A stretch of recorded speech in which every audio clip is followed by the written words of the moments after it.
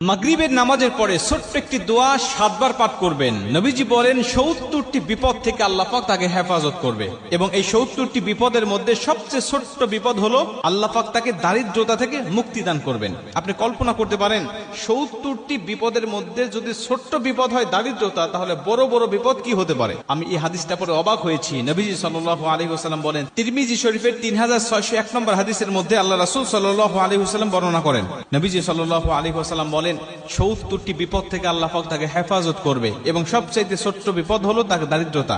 আমরা কিন্তু দারিদ্রতাকেই সবচাইতে বড় বিপদ মনে করি, অথচ নবীজি বলতেন না, এই 70টি বিপদের মধ্যে যত বিপদ আছে সবচাইতে ছোট্ট বিপদ হলো দারিদ্রতা। বাদ বাকি 69টি বিপদ কত বড় বড় হতে পারে একটু কল্পনা করেন আপনি। তার মানে আপনি যদি দোয়াটি নিয়মিত পাঠ করেন, আপনার যত বড় অসুস্থতা থাকুক না কেন আল্লাহ পাক আপনাকে পরিপূর্ণ শেফা দান করবে। আপনি যদি এই দোয়াটা পাঠ করেন, আপনি যত বড় বিপদের মধ্যে থাকেন না কেন, আপনার দেওয়ালে পিঠ থেকে গেছে কোনো সমস্যা নেই, আল্লাহ পাক এই কঠিন বিপদ থেকেও আপনাকে হেফাজত করবে। আপনি যত বড় দুশ্চিন্তার ডিপ্রেশনের মধ্যে থাকেন না কেন, এই দোয়াটি যদি আপনি নিয়মিত পাঠ করেন, আল্লাহ কঠিন কঠিন দুশ্চিন্তার ডিপ্রেশন থেকেও আল্লাহ পাক আপনাকে সম্পূর্ণ হেফাজত করবে। হাদিসটি হযরত আবু হুরায়রা রাদিয়াল্লাহু তাআলা আনহু বর্ণনা করেছেন। তিনি বলেন, নবীজি সাল্লাল্লাহু আলাইহি ওয়াসাল্লাম বলেন, তোমরা লা হাওলা ওয়ালা কুওয়াতা ইল্লা বিল্লাহ এটুকু সবচেয়ে বেশি বেশি পাঠ করো। কেন? এটা হলো জান্নাতের রত্ন ভান্ডার। এই লা হাওলা ওয়ালা কুওয়াতা ইল্লা বিল্লাহ এটা হলো জান্নাতের রত্ন ভান্ডার। যদি কোনো ব্যক্তি এই দোয়াটি বেশি বেশি পাঠ করে, তাকে জান্নাতের রত্ন ভান্ডার দান করা হবে।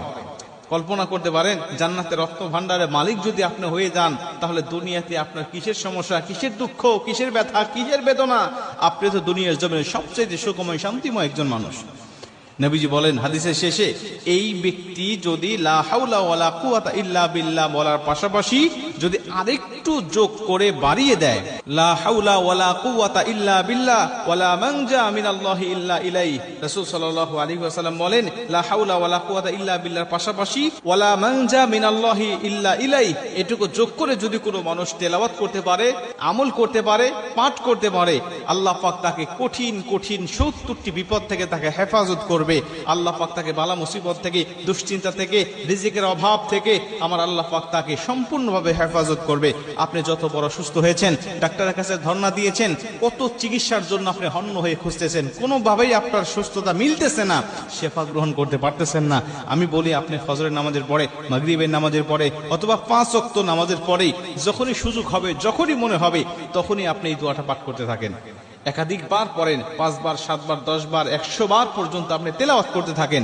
ইনশাআল্লাহ আল্লাহর উপরে তাওয়াক্কুল রেখে যদি আপনি এই আমলটা করতে পারেন, আমার আল্লাহ অবশ্যই আপনাকে শেফা দান করবে। আমার আল্লাহ অবশ্যই আপনাকে সমস্ত বালা মুসিবত থেকে হেফাজত করবে।